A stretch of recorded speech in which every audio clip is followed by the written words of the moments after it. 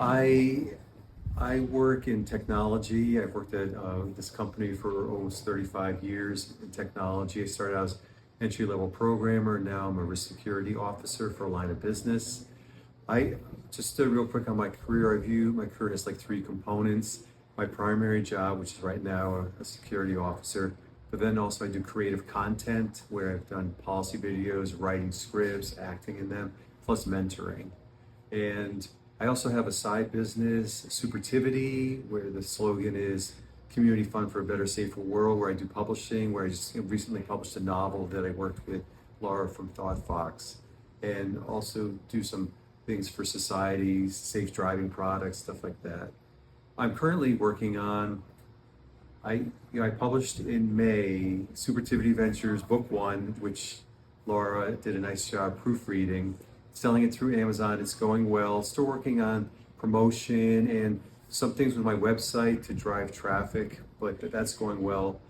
I'm now working, besides the promotion, I'm working on book two because it's going to be an ongoing series. And also thinking with book one, it's been well received, but I wish I had written it at a little bit of a lower reading level, so like an advanced fifth grader could read it. Because some teachers have seen it, they like it, but they said it's a little too elevated, the language, for elementary school. So I may do that as well. Plus, then real quick, I'm working on my stand-up comedy routines because I do stuff like that.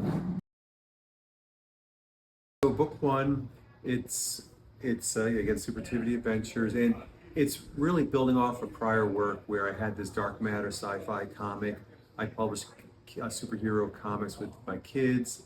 There, a couple characters. There's Ping Pong Boy, who has the ability to control ping pong balls with his mind, and the Flipster, where one of the other kids can't flip anything as long as he's thinking about flipping pancakes. So his catchphrase is "I smell pancakes." The Ping Pong Boys, it's ponging time. So working to do an ongoing series, and the first book it's over like kind of a 24-hour period of time where crazy things happen. It's kind of like a metaphor for families, right? There's always crazy things happening, and they all have secret abilities that they haven't revealed to anyone, not even the family members, which again is like a metaphor too, where kids, adults, the parents have secrets, and over time, they get revealed. And so the first book, it had a lot of things going on, but the focus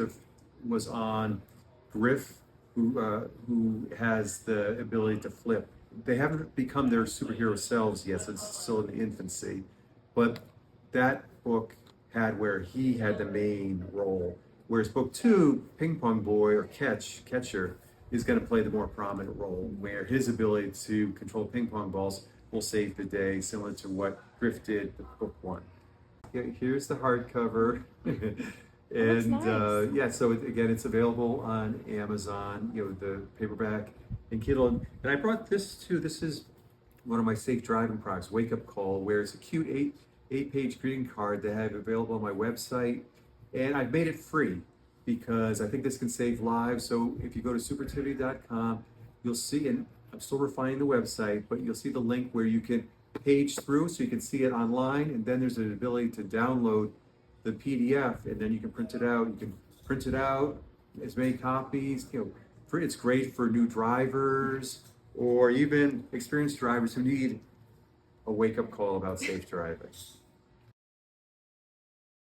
I've gone to the CT Lit Fest in Hartford at Real Artways the last couple of years, and I was going to go. I went last October, and I was thinking, okay, this is my first novel. I'm fairly far along in it.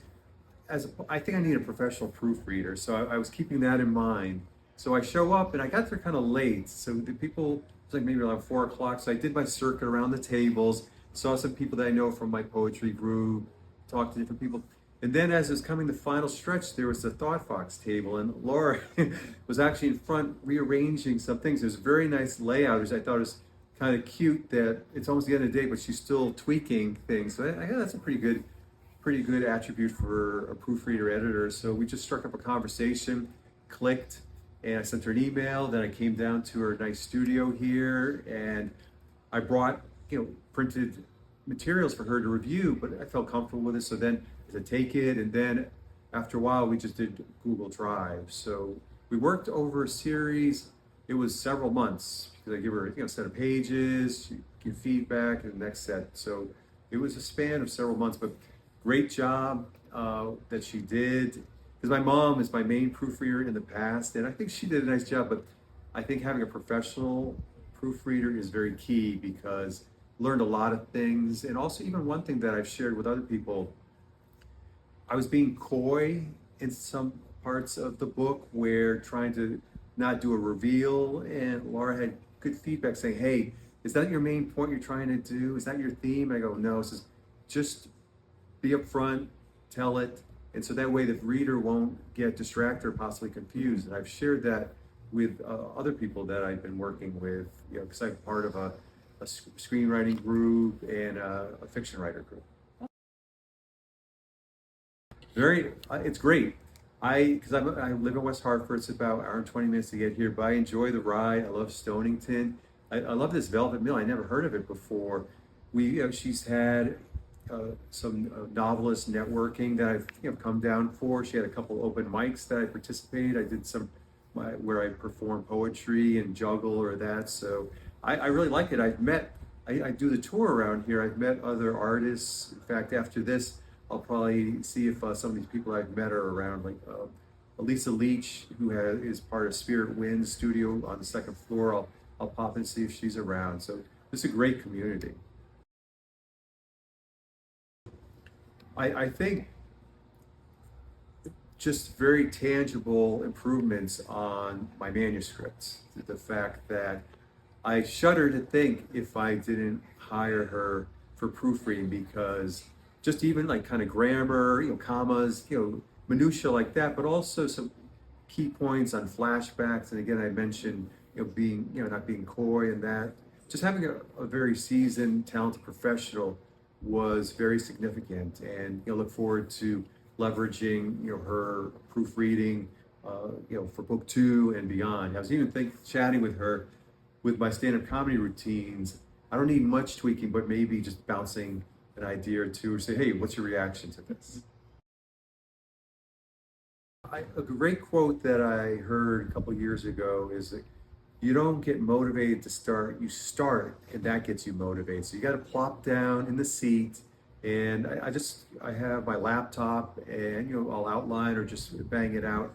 I'll print out a lot, and then with a clipboard where I'm multitasking, watching TV or whatever, or at lunch I'll sometimes walk Bushnell Park, and I'll have material and I'll work it through my head. But it's more just the discipline to work through it and try and get the hour, 2 hours at night, because the book 1, it was a full effort for like last 2 or 3 years, where almost every night, at least an hour on the weekends, and vacations I'm not doing with the kids, I'm working on my projects.